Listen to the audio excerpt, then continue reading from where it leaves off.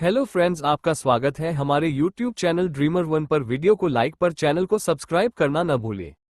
कहानी का नाम वापसी। शिवानी की जिंदगी में सब कुछ सामान्य था जब तक कि उसे अपने गांव से एक अजीब चिट्ठी नहीं मिली। चिट्ठी उसके बचपन के घर से आई थी, एक ऐसा घर जिसे उन्होंने वर्षों पहले छोड़ दिया था, एक रहस्यमयी हादसे के बाद जिसमें उसके माता पिता की मृत्यु हो गई थी। चिट्ठी में सिर्फ इतना लिखा था, घर लौट आओ, अंधेरा फिर से जाग गया है। शिवानी ने उस चिट्ठी को मजाक समझा, लेकिन अगले दिन उसके सपनों में वही घर दिखाई देने लगा। हर रात एक ही सपना, जला हुआ लैंप पोस्ट, टूटे हुए दरवाजे और एक साया जो उसके नाम से पुकारता था। आखिरकार वह गांव लौटने का फैसला करती है। गांव पहुंचने पर सब कुछ वीरान लगता है। लोग उसे अजीब नजरों से देखते हैं। पुराना घर अब खंडहर बन चुका है, लेकिन उसके भीतर कुछ है, कोई मौजूदगी। रात होते ही घर की दीवारें सरसराहट से भर जाती हैं। वह जब अपने बचपन के कमरे में जाती है तो वहां एक पुराना दर्पण मिलता है।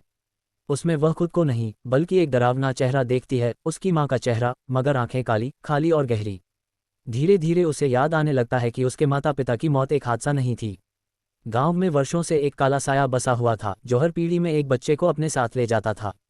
उसकी मां ने शिवानी को बचाने के लिए खुद को बलिदान कर दिया था, लेकिन अब वह साया फिर से जाग गया था। शिवानी को पता चलता है कि वही अगली शिकार है। गांव के एक बूढ़े साधु से उसे एक मंत्र मिलता है जिससे वह उस साए को हमेशा के लिए बंद कर सकती है, लेकिन शर्त यह है कि उसे खुद को उस घर के साथ बांधना होगा, हमेशा के लिए। अंतिम रात शिवानी वह मंत्र पढ़ती है। दीवारें कांपने लगती हैं, छत से खून टपकता है और साया उसके सामने आकार लेता है, लंबा, काले धुएं से बना हुआ एक जीव। मंत्र समाप्त होते ही सब कुछ शांत हो जाता है। अगली सुबह गांव में घर फिर से उजला दिखाई देता है, लेकिन शिवानी कभी वापस नहीं आती।